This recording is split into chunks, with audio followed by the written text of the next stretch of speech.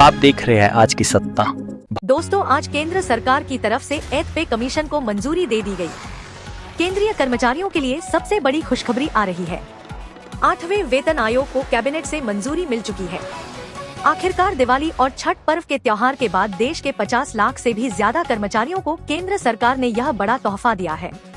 ऐसे में आइए जानते हैं कि नए 8वें वेतन आयोग की कमेटी में कौन कौन होंगे।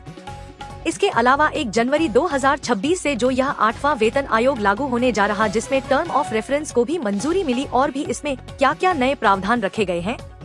क्या होता है टर्म ऑफ रेफरेंस? आयोग में किन किन बातों का ध्यान रखा जाएगा? इस आयोग का गठन कब हुआ था और लागू करने का ऐलान कब से किया गया, और 8th पे कमीशन लागू होने के बाद केंद्रीय कर्मचारियों की सैलरी में कितनी बढ़ोतरी होगी?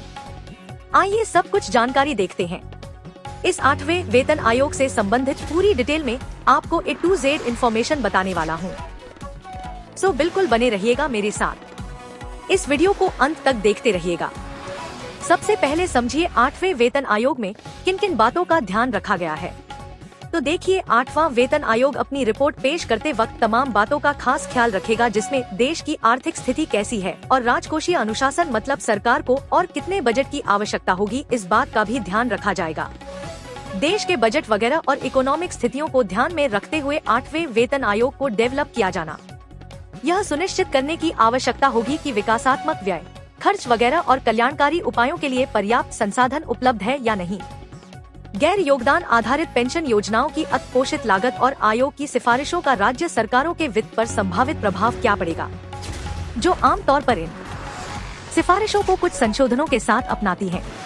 8वें वेतन आयोग को सरकार की मंजूरी मिलने के बाद अब 18 महीनों में इसकी कमेटी सिफारिश देगी, और सरकार की तरफ से 8वें वेतन आयोग की कंप्लीट रूपरेखा को कैबिनेट की मंजूरी मिल चुकी है।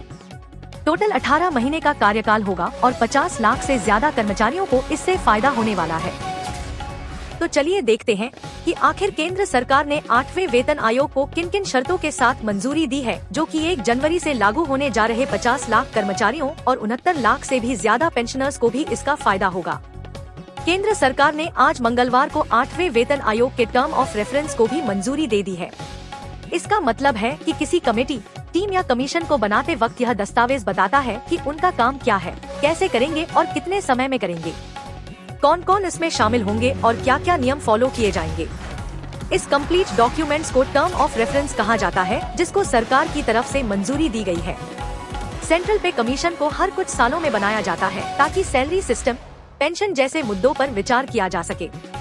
जैसे जैसे मतलब देश में महंगाई बढ़ती है, इन्फ्लेशन बढ़ता है, यह कमीशन देखता है कि क्या बदलाव जरूरी है और फिर उसकी तरफ से सिफारिशें दी जाती है।